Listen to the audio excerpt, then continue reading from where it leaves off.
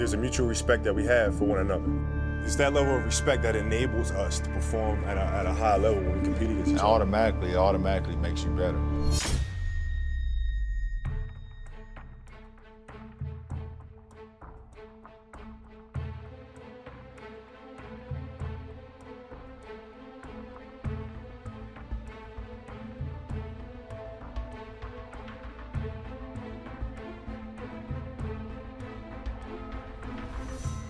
NBA star Kobe Bryant was on board that helicopter and is now dead at the age of 41. On January 26, 2020, after a night LeBron James himself called a dream come true, life took a turn that no soul could stomach. If it wasn't already obvious just how much of what LeBron did was because of Kobe Bryant, it was painfully apparent by the morning. He remembered when he first met Kobe at age 15 in Philly, when Kobe gave him his own size 14 shoes even though he wore a size 15. They didn't fit, but it didn't matter. Bron passed him in the same city before their lives and legacies were changed forever.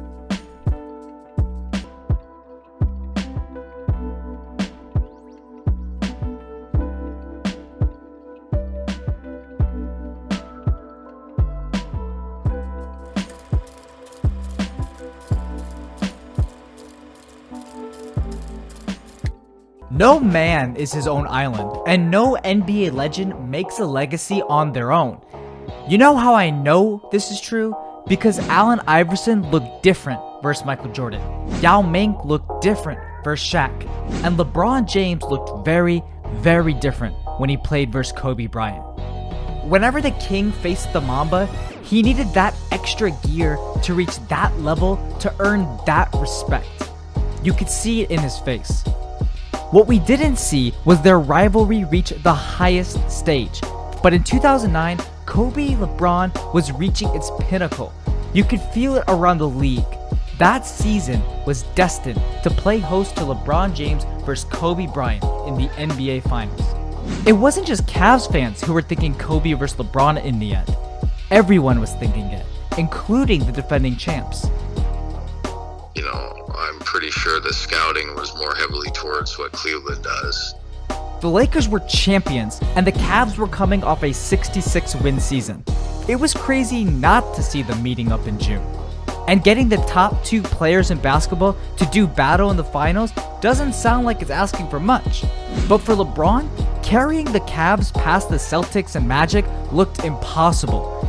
Cleveland was closer to China than winning a championship that year. As far as anyone knew back then, LeBron just wasn't what Kobe was, a professional winner. So much of LeBron's early Cleveland legacy was defined by playoff shortcomings. And that's when their stark differences in legacy began. They were honestly never on the same page despite sharing the same goals. Their careers were just opposites. 22-year-old LeBron got swept in the finals. 22-year-old Kobe already had 2 rings.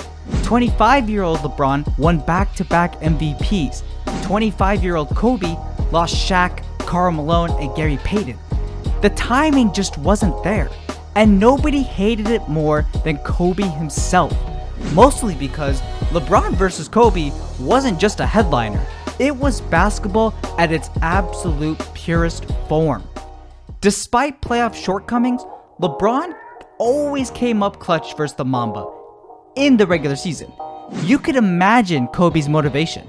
In 2008, Bryant was undoubtedly the most dangerous and proven player in the world.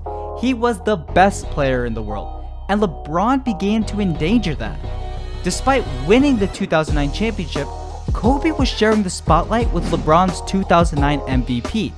If you were Kobe, you'd honestly have every reason to believe you were the better player. It's just not what he was hearing. The opportunity to defeat who they claim is coming for your throne, to silence the disrespect, it drove the Lakers that season. So LeBron was the only one that I knew I had to beat a great to be great. The Lakers came into the 2009-2010 campaign still looking like champions. They won 18 of their first 21 games and took the West. But we couldn't call it a season of dominance. It was hard. and many considered it a season of doubt. It truly was a metaphor for the slippery uphill battle Kobe faced in his last dance. After you reach the top, the only thing anyone could ever talk about is how you're going to fall off. But in the most Mamba of fashions, Kobe embraced all of it. LeBron was finding himself more and more at the top of the league. Reality was finding itself further and further from expectations. So Kobe just knew this season wasn't going to be pretty. The ending wasn't going to be beating the Magic in 5. He made himself forget about the 2009 championship. He wanted to earn it all over again. He was ready for those ugly games, the ones you wouldn't want to play in, much less a 4-time champion. Visiting Oklahoma City, Kobe Bryant flu-like symptoms all day long. But the mentality was the same. It was probably patented at that point. It was a Mamba who could never lose because he was always learning, still looking up from the top of the world. Kobe was always on the cusp of better and never away from beautiful basketball for long. The trick was to distance fear so much so that all that was left was his pure competitive spirit. That's how he unlocked playoff Kobe. That, and facing King James in the regular season. Before 2009, LeBron and Kobe faced off 11 times, with a 6-5 count in the Kings' favor. The matchups were dead even because of Kobe and LeBron's shared obsession to get the best of each other. The mental battles were real, so real that they would change their game just when they faced each other. In their head-to-head, Kobe set the high in assists and LeBron set the high in points. They were learning from each other's strengths. 2 dribble, pump fake, reverse spin, shot. Bryant spins, pulls it up, puts it in. Yeah, I watch it. Yeah, I study it. Every Laker wanted to suit up for the Kobe-LeBron war. And during the most wonderful time of the year in 2009, we saw the first of 2 battles that season. It was the main event on NBA Christmas Day. It was a statement game. The Cavs dominated, and Staples Center booed their own defending champs off their own court. It felt like Kobe couldn't do more. He had over a third of the Lakers' points, nearly capped off a triple-double, and it still wasn't enough. And why would he do more? The Lakers were the better team. We're talking Pau Gasol versus Jonas Ilgauskas, Meta World Peace versus Anthony Parker, Lamar Odom versus JJ Hickson, Andrew Bynum versus 38-year-old Shaq. But Kobe did do more. In fact, a month later, we witnessed quite possibly the greatest Kobe vs. LeBron game we ever saw. Kobe entered the arena of the team that routed his Lakers less than a month ago. Everyone thought it was a finals preview. It was Cavs Lakers, number 1 versus number 2. The night before, Kobe shot 4 for 17. But that day, that game, he brought it early.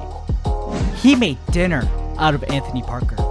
And he brought the very best out of LeBron, who had to go playoff mode when guarded by Meta, Lamar, and Kobe himself.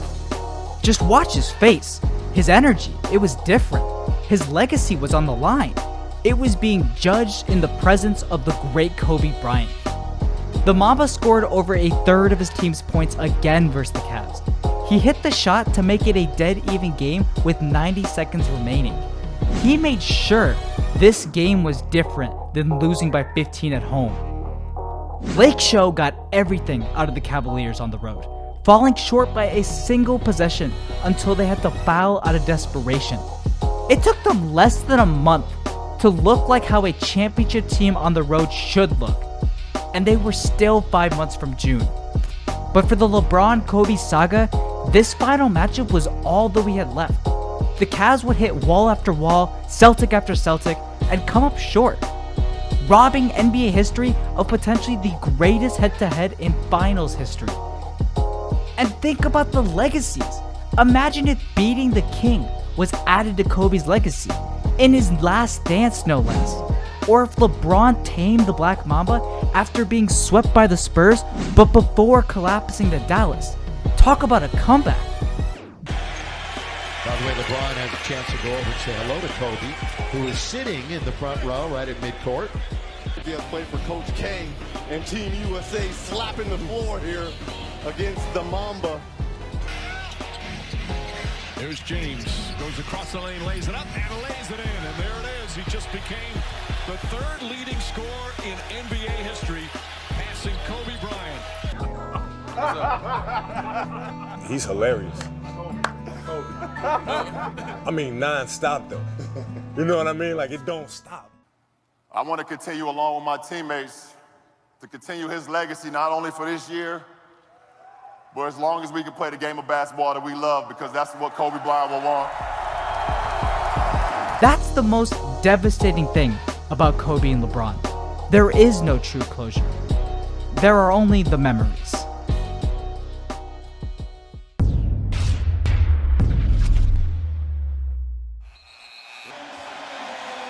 after a 22-year absence, the Boston Celtics are NBA champions once again.